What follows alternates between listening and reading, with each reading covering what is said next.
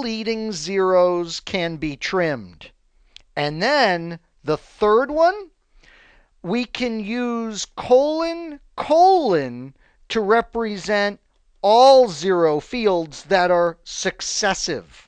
In other words, right here, we've got two fields that are nothing but zero. So we could do this.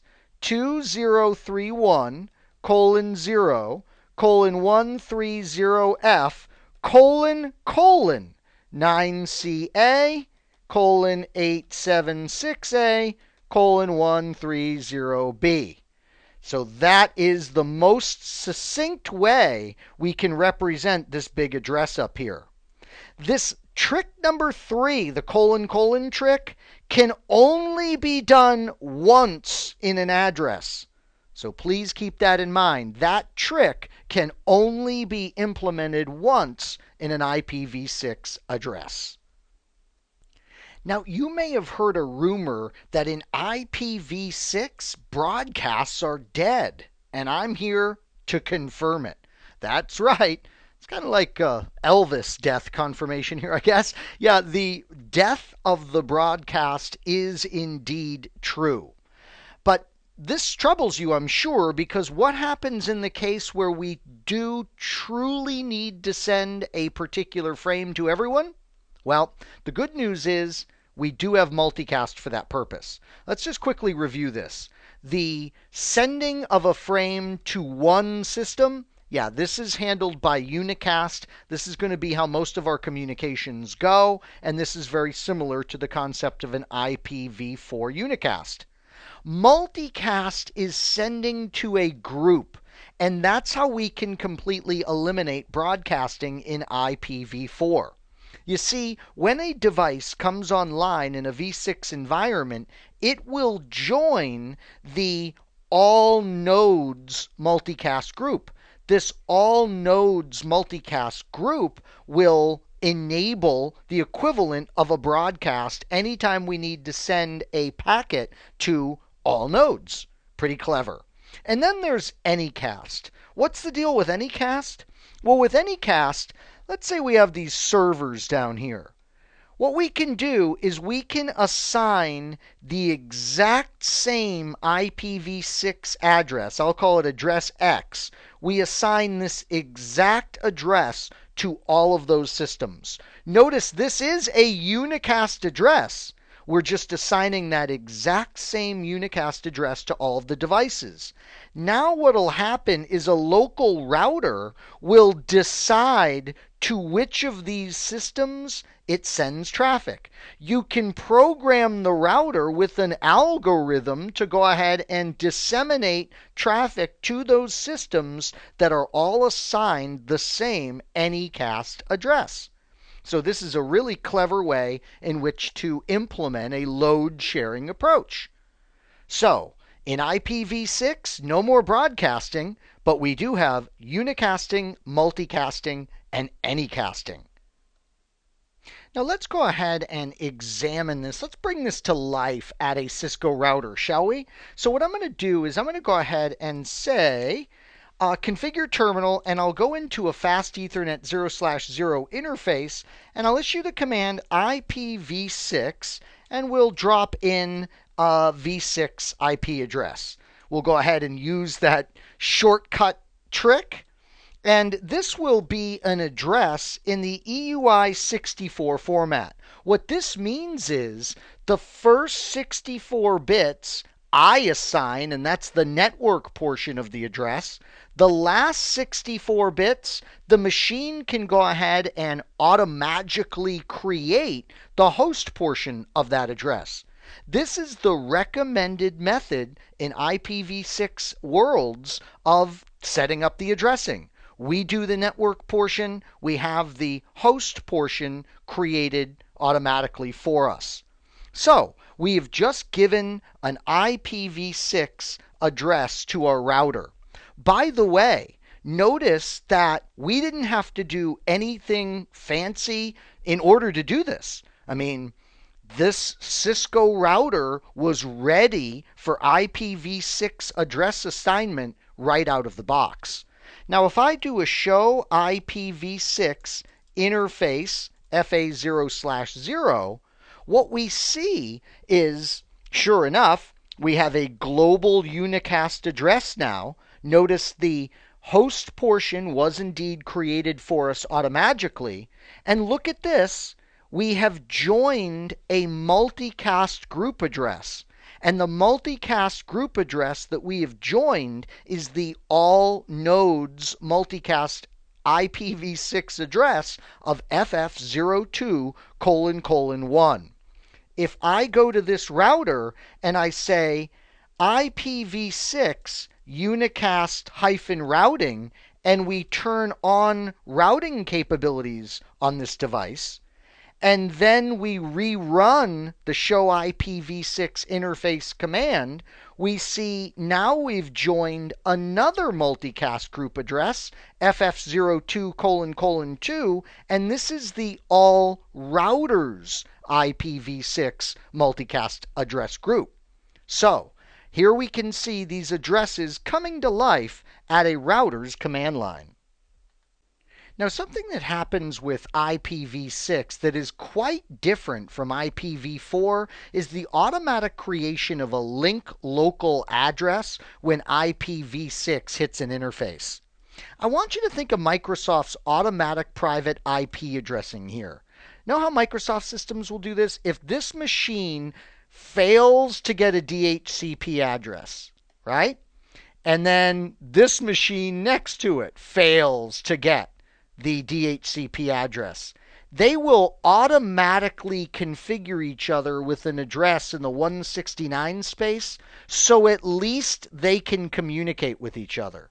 That type of concept is what we have with the IPv6 link local address, except it's not like a a bailout solution like we have with the automatic private IP addressing. It is by design, and it has a whole bunch of different uses. I bet you want one example. All right, sure. A PC comes up on the network and it does not have any address information. It will be able to communicate with its local router because, sure enough, both of these devices automatically get link local addresses. Now it can say out on the network, are there any routers around? The router can say, yeah, I'm right here. And by the way, here's your network prefix. Now this machine can go ahead and give itself an IPv6 address once it gets its network prefix. This is called address auto configuration. Yeah, and it's why we can completely, if we wanted to, eliminate DHCP from the addressing equation in an IPv6 world. How awesome. So the link local address, it's going to have a lot of different purposes. It's like the Swiss Army knife when it comes to devices being able to communicate automatically in an IPv6 world. Let's bring that to life at the command line as well, shall we? So here we are back on that router where we configured the IPv6 address. And remember, here we can see the global IPv6 address that we configured. Remember, we configured the first 64 bits, and the machine, thanks to the EUI64 process, automatically configured the last 64 bits. But what about a link local address? Ah, yes, there was indeed a link local address that was automatically configured on the interface. Notice you can easily tell a link local address because that address will start FE80. Yeah, FE80 reserved for the link local addresses. Now, what's the deal with all these addresses, by the way? Are they from Tennessee in the United States? No, they're tentative. And the reason why they're tentative is because this interface is down. So once the interface fully comes up, all of these addresses will no longer be considered tentative. What about subnetting in an IPv6 world? How will that work? Well, how the standards makers believe we should go about this is simple.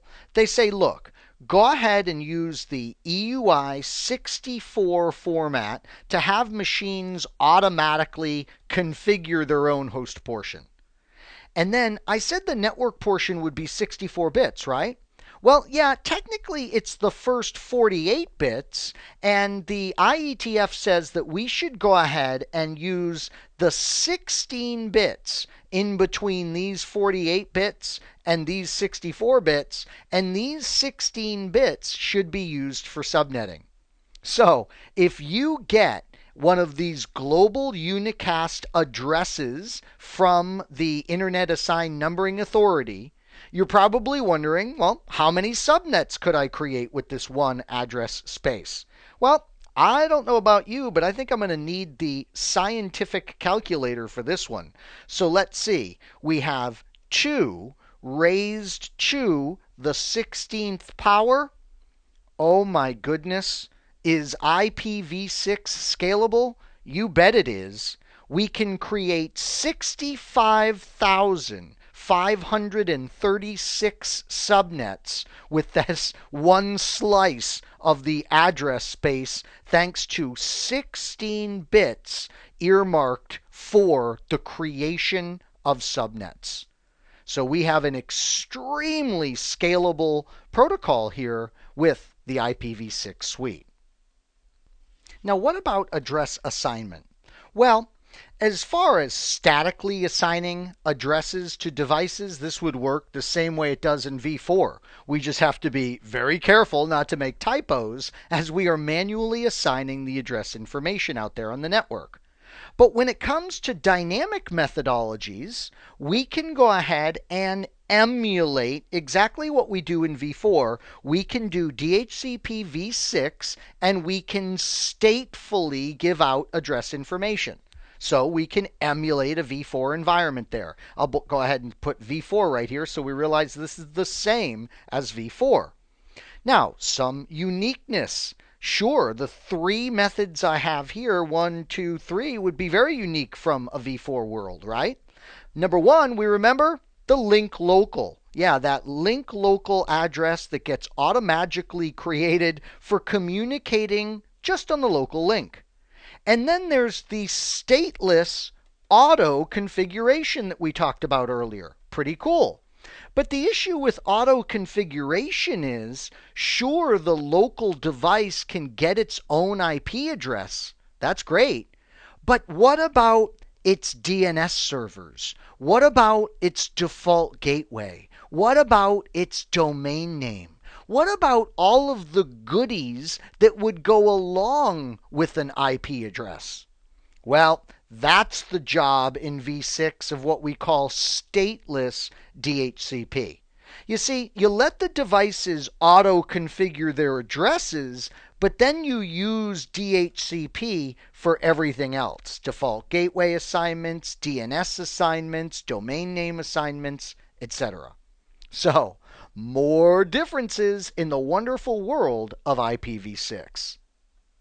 What about name resolution, you might ask? Well, nothing really new to report here. We can do this statically or dynamically. With static, we're going to do manual host type entries in IPv6. With the dynamic, we're going to do none other than DNS. So very little changes from a name resolution standpoint in IPv6. But you know what one of the most complex areas are when we talk about v6? It's how in the world do we transition?